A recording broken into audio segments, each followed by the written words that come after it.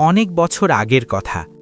নদী আর ধানক্ষেত ঘেরা এক শান্ত গ্রামের নাম ছিল চর নিশান। এই গ্রামেই জন্ম নিয়েছিল এক নীরব, অন্তর্মুখী ছেলে।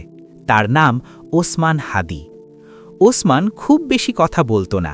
গ্রামের অন্য ছেলেরা যখন মাটি খেলাধুলা করত, হইচই করত, তখন ওসমান বসে থাকত নদীর পাড়ে।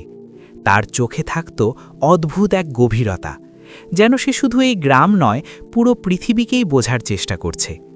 ওসমানের বাবা ছিলেন একজন নৌকার মাঝি।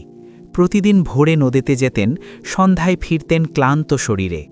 মা ছিলেন অসুস্থ। দীর্ঘদিনের জ্বরে তার শরীর ধীরে ধীরে ভেঙে পড়ছিল।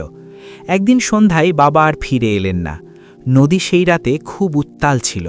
পরদিন সকালে ভাঙা নৌকা পাওয়া গেল, কিন্তু মাঝিকে আর খুঁজে পাওয়া গেল না। সেই দিন থেকেই ওসমানের শৈশব শেষ হয়ে গেল। মায়ের চিকিৎসা চলল কিছুদিন, কিন্তু অভাব আর অসহায়তার কাছে হার মানতে হলো তাকেও। 12 বছর বয়সেই ওসমান একা হয়ে গেল এই পৃথিবীতে। গ্রামের মানুষ প্রথমে সহানুভূতি দেখালো, কেউ ভাত দিল, কেউ পুরনো জামা, কিন্তু সহানুভূতি বেশি দিন টেকে না। ওসমান কাজ শুরু করল, কখনো কৃষকের জমিতে, কখনো বাজারে বোঝা টেনে। কথা না বললেও সে ছিল অত্যন্ত দায়িত্ববান। কাজের সময় তার চোখে কোনো অভিযোগ থাকত না, কিন্তু রাতে নদীর পাড়ে বসে সে বাবার নৌকার দিকেই তাকিয়ে থাকত। একদিন গ্রামের স্কুলের মাস্টারমশাই তাকে ডাকলেন। পড়াশোনা করিস না কেন ওসমান? ওসমান মাথা নিচু করে বলল, খেতে হয় মাস্টার। মাস্টারমশাই দীর্ঘশ্বাস ফেললেন, তারপর বললেন, দিনে কাজ করবি, রাতে স্কুলে আসবি, বইয়ের দায়িত্ব আমার। সেই দিন থেকেই শুরু হলো ওসমান হাদির জীবনের নতুন অধ্যায়। দিনে কঠোর পরিশ্রম, রাতে পড়াশোনা, এই দুইয়ের মাঝে ওসমান ধীরে ধীরে বদলাতে লাগল। তার নীরবতা আর দুর্বলতা নয়, হয়ে উঠল শক্তি।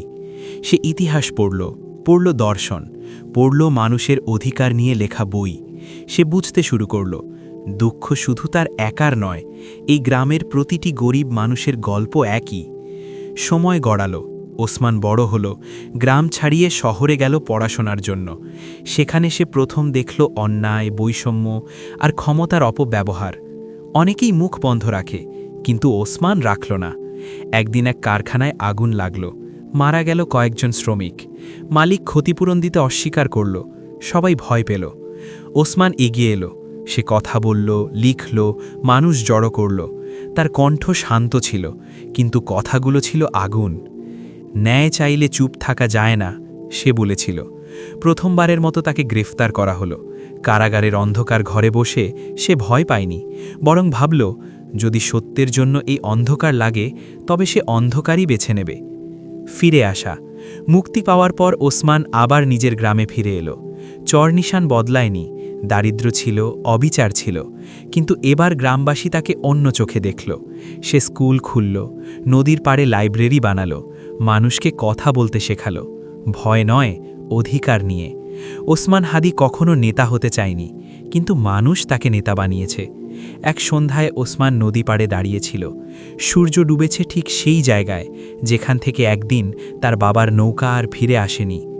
এক শিশু এসে জিজ্ঞেস করল, ভাইয়া, আপনি এত কিছু কেন করেন?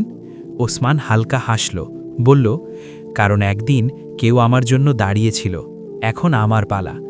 নদীর বাতাস বইল, চরনিশান গ্রাম নীরবে শুনল তার কণ্ঠ, আর সেই নীরবতার মধ্যেই জন্ম নিল এক নতুন ইতিহাস।